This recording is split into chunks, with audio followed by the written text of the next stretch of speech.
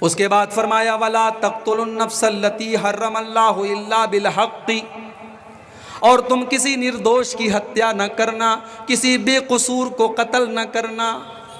او media والوں، تم نے اسلام کو آتنکواد سے جوڑنے کے تو بہت سارے تم نے راستے نکالے ہیں، کبھی قرآن کی ان آیتوں کا مطلب بھی تو پبلک کے سامنے بتاؤ۔ اسلام اگر آتنکواد کا مذہب ہوتا، اسلام اگر دہشت گردی کی تعلیم دیتا، تو قرآن کی ان آیتوں کا کیا مطلب ہے؟ اللہ کہہ رہا ہے وَلَا تَقْتُلُوا النَّفْسَ الَّتِي حَرَّمَ اللَّهُ إِلَّا بِالْحَقِّ، جس کو قتل کرنے کا آدیش اللہ تعالیٰ نے نہیں دیا ہے، کسی نردوش، کسی بے قصور کی ہتیا کرنے کی اجازت نہیں ہے۔ اور اگر کسی نے کسی کو قتل کیا ہے، آج تو ذرا ذرا سی بات پہ قتل ہو جاتا ہے، اخبار میں خبر آتی ہے 1000 روپے کے لیے، 2000 روپے کے لیے، عورت کے سونے کی لاکٹ کے لیے اس کا ہتیا کر دیا، اس کا قتل کر دیا جاتا ہے۔ اسلام کا قانون کتنا کٹھور ہے اس معاملے میں۔ اگر کسی نے کسی کو قتل کر دیا ہے تو قاتل کو بدلے میں قتل کیا جائے گا۔ اسلام میں جان کے بدلے جان ہے، قتل کے بدلے قتل ہے۔ اگر آپ نے کسی کو قتل کیا ہے تو مقتول کے بدلے قاتل کو قتل کیا جائے گا۔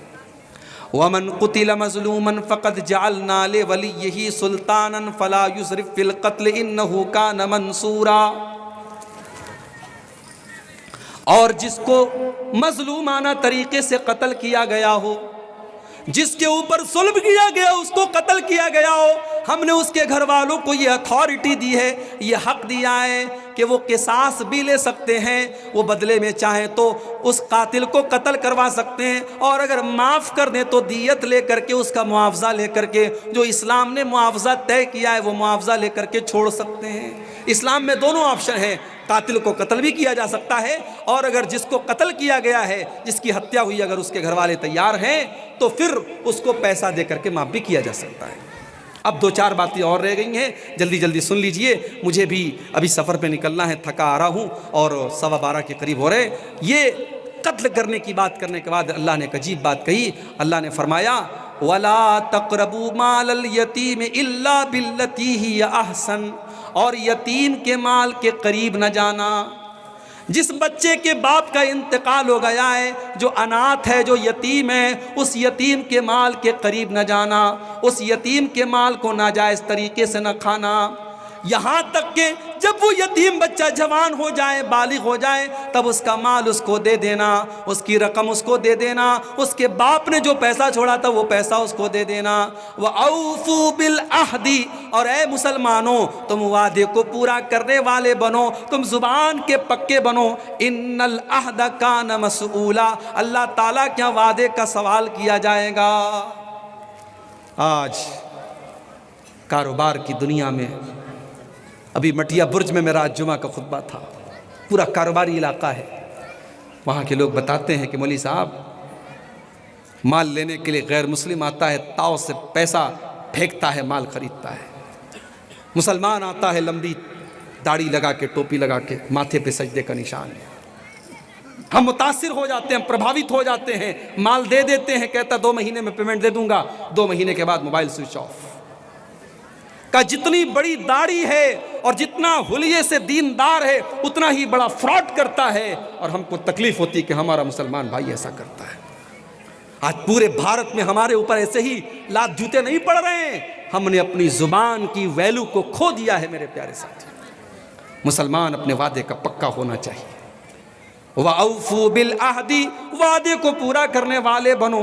إِنَّ الْعَهْدَ كَانَ مَسْئُولًا، اللہ تعالیٰ کیا تمہارے وعدے کا سوال کیا جائے گا۔ وَأَوْفُوا بِالْكَيْلِ إِذَا كِلْتُمْ، اور جب تم کوئی سامان تول کر کے دو، ناپ کر کے دو، تو پورا پورا ناپ کر کے دو۔ وَزِنُوا بِالْقِسْطَاسِ الْمُسْتَقِيمِ، اور صحیح ترازو پر سامان کو تول کر کے دو۔ ذَلِكَ خَيْرٌ وَأَحْسَنُ تَأْوِيلًا، تم سامان صحیح تول کر کے دو گے تو اسی میں تمہارا انجام اچھا ہے۔ آج اگر تم نے 2 نمبر سے پیسہ کما لیا تم نے سٹا کر کے پیسہ کما لیا، تم نے لاٹری کے ذریعے پیسہ کما لیا، تم نے آن لائن گیم کھیل کر کے پیسہ کما لیا۔ او میرے نوجوان بھائیو، تم نے جوا کھیل کر کے پیسہ کما بھی لیا، وہ پیسہ بظاہر تو آپ اس سے پیسے والے بن جائیں گے، مگر انجام برا ہونے والا ہے، اس کا رزلٹ برا ہونے والا ہے، اس کا نتیجہ برا ہونے والا ہے۔ اور حلال کا آپ نے تھوڑا سا بھی کمایا ہے، اس کا انجام اچھا ہونے والا ہے۔ حرام کمائی کا انجام اچھا نہیں ہے میرے بھائی، اس لیے حرام سے بچو، بے ایمانی سے بچو، چوری سے بچو۔ اسلام تو وہ دین ہے، اللہ کے نبی مارکیٹ میں جاتے ہیں، ایک صحابی کی اناج کی دکان ہے، غلے کی دکان ہے، غلے کے اندر اللہ کے نبی نے ہاتھ ڈالا، اندر اناج بھیگا ہوا ہے۔ آپ نے کہا یہ بھیگا ہوا اناج کیسا ہے؟ صحابی نے کہا اللہ کے نبی بارش ہو گئی تھی، اناج بھیگ گیا تھا۔ آپ نے کہا اگر اناج بھیگ گیا تھا، تم نے بھیگا اناج اندر کیوں رکھا ہے؟ تم تو کسٹمر کو دھوکہ دے رہے ہو، تم تو خریدار کو دھوکہ دے رہے ہو۔ اے میرے صحابی کان کھول کر کے سن لو، من غشنا فلیس منا، جو دھوکہ دھڑی کرتا ہے وہ ہم میں سے نہیں ہے۔ اس لیے دھوکہ دھڑی کرنا، ناپ تول میں کمی کرنا، ڈنڈی مارنا، یہ مسلمان کا شیوا نہیں ہونا چاہیے۔ اللہ نے کہا جب سامان تول کے دو، صحیح ترازو پہ تول کے دو، پورا سامان تول کے دو۔ اس کے بعد فرمایا وَلَا تَقْفُ مَا لَيْسَ لَكَ بِهِ عِلْمٌ، اور اے مسلمانوں تم ایسی چیز کے پیچھے مت پڑو جس کا تم کو علم نہ ہو۔ سوشل میڈیا کا دور ہے، واٹس ایپ کا دور ہے، فیس بک کا دور ہے، یوٹیوب کا دور ہے۔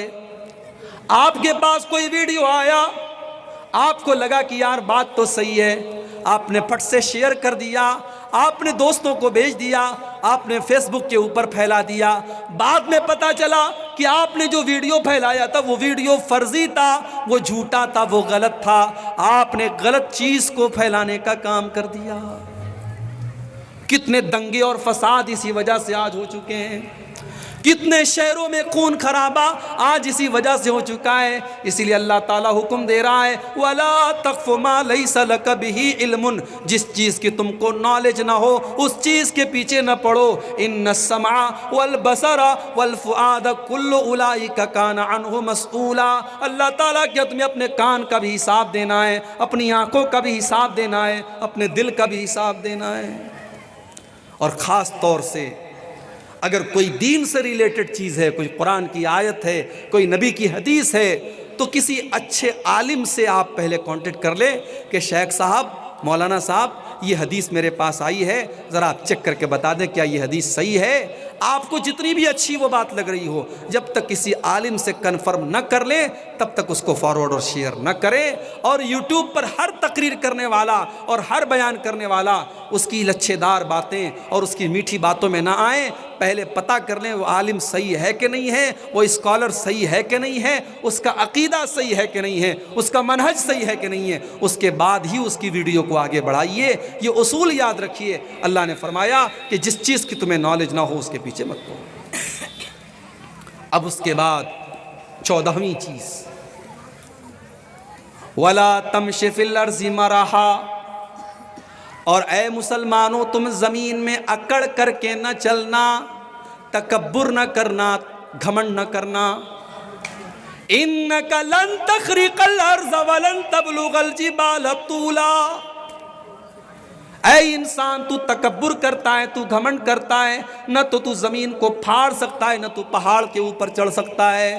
تجھے گھمنڈ کرنا زیب نہیں دیتا، تجھے تکبر کرنا زیب نہیں دیتا، تو تکبر نہ کر، تو گھمنڈ نہ کر، گھمنڈ مت کرو۔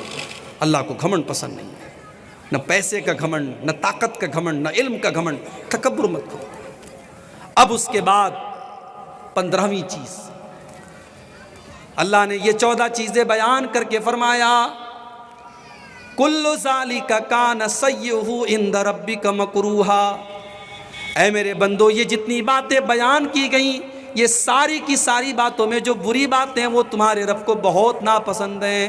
ذالک مما اوحا الیک ربک من الحکمہ، یہ اللہ تعالیٰ حکمت کی باتیں اپنے نبی کو بتا رہا ہے۔ فلا تجعل مع اللہ الہا آخر فتلقى فی جہنم ملوما مدحورا۔ اور 15ویں نصیحت اللہ تعالیٰ یہ کر رہا ہے کہ اے میرے نبی اور اے میرے نبی کے ماننے والوں، تم اللہ کے ساتھ کسی کو شریک نہ کرنا ورنہ تم ذلیل کر کے جہنم میں ڈال دیے جاؤ گے۔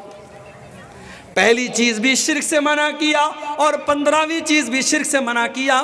پتہ یہ چلا کہ اگر آپ کو اصلاح معاشرہ کرنا ہے، سماج کے اندر سدھار کرنا ہے، سماج کو صحیح بنانا ہے، تو سب سے پہلے سماج کا عقیدہ صحیح کرنا پڑے گا۔ آپ تو اہل حدیث ہیں ماشاءاللہ، کیا پوچھنا ہے صاحب؟ ماں اہل حدیث ہیں دغا را نہ شناسیم، ہم اہل حدیث ہیں، ہم دغا نہیں جانتے۔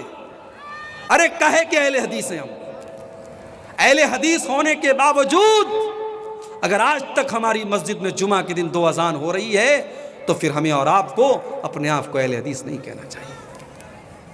جب ہمارے سامنے ہمارے نبی کا اسوہ موجود ہے، ہمارے نبی کا نمونہ موجود ہے کہ نبی کے دور میں 1 اذان ہوتی تھی، عثمان غنی رضی اللہ عنہ کے دور میں 2 اذان ہوئی تھی، ایک خاص مقصد کے تحت ہوئی تھی۔ آج اس کی ضرورت بھی نہیں ہے، لاؤڈ اسپیکر کا کام ہے، پورے محلے میں سب کو پتہ چل جائے گا۔ آج اگر 2 اذان ہو رہی ہے تو میرے بھائیوں اس کا مطلب کہ کہیں نہ کہیں قرآن و حدیث پر عمل کرنے کے معاملے میں ہم اور آپ پیچھے ہیں۔ اسی طریقے سے مجھے یہاں کے کچھ بھائیوں نے بتایا کہ فرض نماز کے بعد اجتماعی دعا نہیں ہوتی ہے، لیکن کچھ لوگ بڑی تکلیف میں رہتے ہیں، مولوی صاحب تھوڑا دعا کرا دیجیے۔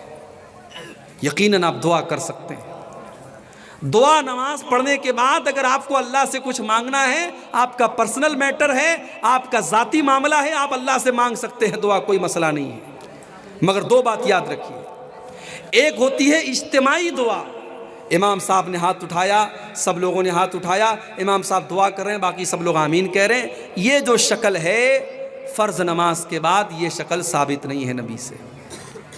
اجتماعی دعا کا ثبوت نہیں ملتا۔ اگر اجتماعی دعا آپ کر رہے ہیں تو آپ غلط کام کر رہے ہیں، سنت سے اس کا کوئی ثبوت نہیں ملتا۔ انفرادی طور پر الگ الگ اگر آپ کرنا چاہیں کر سکتے ہیں، ضروری نہیں ہے۔ اگر آپ یہ سمجھتے ہیں کہ صاحب نماز پڑھا اور دعا نہیں کیا، دعا مانگنا ضروری ہے، ایسا کوئی مسئلہ نہیں، آپ مانگنا چاہیں مانگ سکتے ہیں، اجتماعی نہیں مانگنا ہے، ضروری سمجھ کے نہیں مانگنا ہے۔ اسی طریقے سے میت کا اعلان مسجدوں میں ہوتا ہے، ہمارے بنارس میں بھی ہوتا ہے، کر سکتے ہیں، مگر اعلان کو اعلان ہی رہنے دیا جائے۔ لاؤڈ اسپیکر کا دور ہے بھائی صاحب، محلے میں کسی کا انتقال ہوا، آپ نے ایک بار اعلان کر دیا کافی ہے۔ بغیر لاؤڈ اسپیکر کے سلام پھیرنے کے بعد امام صاحب نے اگر بتا دیا کہ فلاں صاحب کا انتقال ہو گیا ہے، عصر کے بعد مٹی ہے، آپ لوگ شامل ہو جائیے، وہ بھی کافی ہے۔ لیکن جو اللہ کے نبی نے منع کیا ہے، جو دور جاہلیت کا ایک طریقہ تھا جس کو عربی میں نعی بولتے ہیں، کہ بار بار مرنے والے کا نام لے کر کے اعلان کیا جا رہا ہے، آج وہ شکل ہماری مسجدوں میں جو رائج ہو رہی ہے وہ مناسب نہیں ہے۔ 1-2 بار آپ نے یعنی لوگوں کو خبر کرنے کی حد تک بتا دیا کافی ہے، لیکن بار بار میت کا نام لے کر کے اعلان کرنا یہ مناسب نہیں ہے۔ تو میرے بھائیوں، ہم اور آپ قرآن و حدیث پر پکے چلنے والے بنے، ہمارا اوڑھنا بچھونا قرآن و سنت ہو۔ اللہ سے دعا ہے اللہ تعالی ہم سب کو اس کی توفیق عطا فرمائے۔ یہ 15 باتیں جو بیان کی گئی ہیں، اللہ تعالیٰ ان پر سب پر ہم کو عمل کرنے کی توفیق عطا فرمائے۔ موسم کی بے اعتدالی کے باوجود آپ حضرات ابھی تک بڑے صبر و سکون کے ساتھ بیٹھے رہے، اللہ آپ سب کے جمع ہونے کو، ہم سب کے جمع ہونے کو قبول فرمائے۔ اللہ کہنے سننے سے زیادہ عمل کی توفیق عطا فرمائے۔ جب تک ہم دنیا میں زندہ رہیں، اسلام پر زندہ رہیں، اور ہم سب کا خاتمہ ایمان پر ہو، آمین۔ وآخر دعوانا الحمد للہ رب العالمین، والسلام علیکم ورحمۃ اللہ۔